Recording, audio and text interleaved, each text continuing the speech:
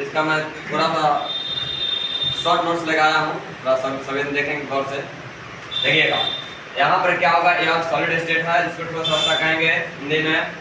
देखिए चालकता के आधार पर देखेंगे ठोस अवस्था कितने टाइप का होगा। तो चालकता के आधार पर जो ठोस अवस्था जो होगा आपका 3 टाइप का होगा। एक होगा अर्धचालक, दूसरा होगा अचालक, तीसरा होगा चालक। ओके, अब यहाँ पर देखा जाए अर्धचालक का एग्जाम्पल क्या होगा, यानी सेमीकंडक्टर्स को बोलेंगे। तो देखिए इसमें हो जाएगा silicon, germanium, N type, P type. Okay, क्या होगा अर्धचालक जो होगा silicon, germanium, N type, P type. अब देखिए अचालक, अचालक मतलब वही होगा जिसमें इलेक्ट्रॉन की प्रवाह साफे न हो। अचालक कहने का मतलब इलेक्ट्रॉन का प्रवाह साफे न हो।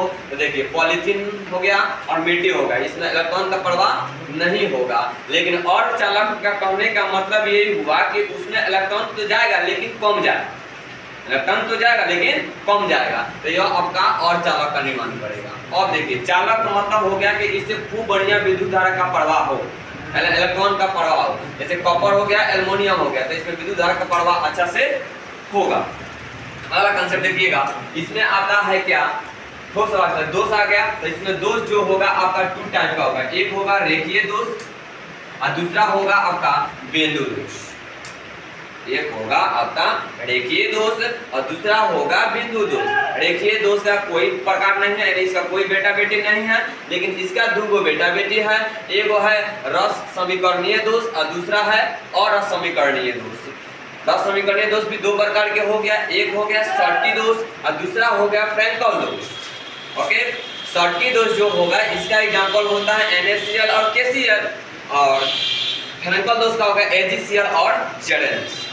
NaCl का कहते हैं, इसका रासायनिक नाम हो जाएगा सोडियम क्लोराइड, और KCl का होगा पोटेशियम क्लोराइड, और इसका होगा AgCl और ZnH जिंक सल्फाइड।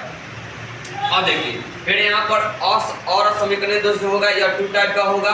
एक धातु अधिकता दोष और दूसरा होगा धातु न्यूनता दोष। ठीक, धातु अधिकता दोष का एग्जांपल पूछेगा तो लिथियम LCl, LiCl और ZnO होगा। और धातु न्यूनता दोष का पूछेगा तो FeO और NiO। यहाँ तक में कोई डाउट हो तो कमेंट में जरूर बताइएगा। आगे देखिए फिर यहाँ पर ठोस जो होगा, यहाँ देखेंगे क्रिस्टलीय दोष। क्रिस्टलीय ठोस के अनुसार देखते हैं क्या होगा। यह जो होगा 3 टाइप में, एक सहसंयोजक ठोस होगा, दूसरा आयनिक ठोस होगा, तीसरा आणविक ठोस होगा। नाम में थोड़ा परिवर्तन है। एक होगा सहसंयोजक ठोस, दूसरा होगा आयनिक ठोस, तीसरा होगा आणविक ठोस। देखिए सहसंयोजक ठोस में क्या होगा, सिलिकॉन हो गया, कार्बन हो गया, कार्बन के अपरूप होता है हीरा। अब देखिए हीरा भी हो जाएगा, फिर यहाँ पर क्या बोलते हैं उसको ग्रेफाइट को होगा, अब मिस्टर फुलेरिन भी होगा अपरूप। आयनिक ठोस में होगा आपका NaCl और MgO। NaCl sodium chloride, MgO magnesium oxide. आणविक ठोस यानी अध्रुवीय ठोस। आणविक ठोस 3 टाइप का होगा। एक होगा अध्रुवीय होगा, दूसरा होगा ध्रुवीय, तीसरा होगा हाइड्रोजन बॉन्ड। ध्रुवीय ठोस कहने का मतलब ध्रुवीय में होगा हीलियम और आर्गन, और अध्रुवीय में होगा हीलियम और आर्गन। ध्रुवीय में होगा आपका हाइड्रोक्लोरिक अम्ल, और दूसरा होगा SO2 हाइड्रोक्लोरिक अम्ल, इसको SO2 करके सल्फर डाइऑक्साइड। Sulphur dioxide. देखिए एक कंसेप्ट टूट के आता है, मतलब एक कंसेप्ट उठ के आता है कि पर ऑक्साइड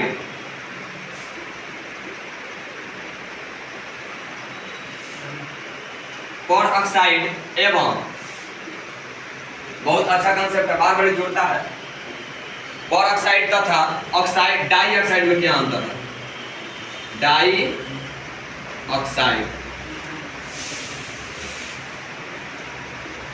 देखिए पर ऑक्साइड और डाइऑक्साइड में अंतर समझना है, केवल इस दोनों में अंतर क्या है बस। ठीक, देखिए समझिएगा यहाँ पर। भाई देखिएगा H2O2 और फिर यहाँ पर हो गया SO2।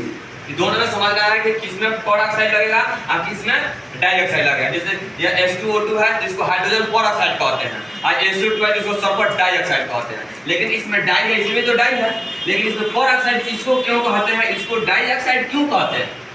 बात यहाँ है कि पर ऑक्साइड इसको क्यों कहते हैं, डाइऑक्साइड इसको क्यों कहते हैं। तो इसका हम ऑपरेशन करते हैं, थोड़ा बोर्ड पर देखिए एक बार। देखिए यहाँ पर हाइड्रोजन देते हैं, यहाँ ऑक्सीजन देते हैं और यहाँ भी ऑक्सीजन देते हैं। अब देखिए, अब हम लोग जानते हैं क्या कि हाइड्रोजन के आउटर सेल में यानी हाइड्रोजन के बाहरी कक्ष में मात्र कितना इलेक्ट्रॉन होगा, एगो, और हीलियम के बाहरी कक्ष में कैगो होगा, सॉरी ऑक्सीजन के बाहरी कक्ष में कैगो होगा, कैगो, 4 गो। आज देखिए तो हीलियम यहाँ पर दे देंगे 2 4 की 6 होगा जी, 6 होगा, सॉरी ऑक्सीजन के आउटर सेल में 6 इलेक्ट्रॉन होगा, तो यहाँ पर दे देंगे, फिर यहाँ पर भी 6 होगा, फिर यहाँ पर 6 होगा। बस समझिएगा अंतर क्या है। देखिए क्या करना है, इसको हमको स्टेबल बनाना है, तो स्टेबल बनाएंगे तो यह इससे अपना एगो इलेक्ट्रॉन देगा और यह भी इसको एगो अपना इलेक्ट्रॉन देगा। तो केवल देखिए यहाँ पर क्या हुआ कि केवल हाइड्रोजन आपका स्टेबल हुआ है और बाकी स्टेबल यहाँ पर नहीं हुआ। तो देखिए अब क्या करेंगे, इसको स्टेबल करना है, बताइए इसके पास 6 गो, एक इसलिए 7 गो, एक इससे ले लगा तो 8 गो, यानी ऑक्सीजन यहाँ पर क्या हो जाएगा, स्टेबल होगा। तो देखिए इसको क्या कर देंगे, ऐसा गोला, चलिए हो गया। अब देखिए इसके पास 6 गो, एक 7 गो, एक इससे लगा तो 8, यानी यहाँ पर यह भी ऑक्सीजन भी हमारा क्या हो गया, स्टेबल हो गया। ओहो गलती हो गया, यानी देखिए यहाँ पर H सिंगल बॉन्ड O और सिंगल बॉन्ड H। बोलिए कोई डाउट है तो बताइए, यहाँ तक मेरे विद्यार्थियों। देखिए इसमें क्या हुआ कि एक एक इलेक्ट्रॉन का लेन देन हुआ, यानी इसमें एक इलेक्ट्रॉन दिया तो एक इलेक्ट्रॉन लिया, यानी यहाँ पर साझा का काम किया गया एक एक इलेक्ट्रॉन का। लेकिन अब समझिएगा SO2 में क्या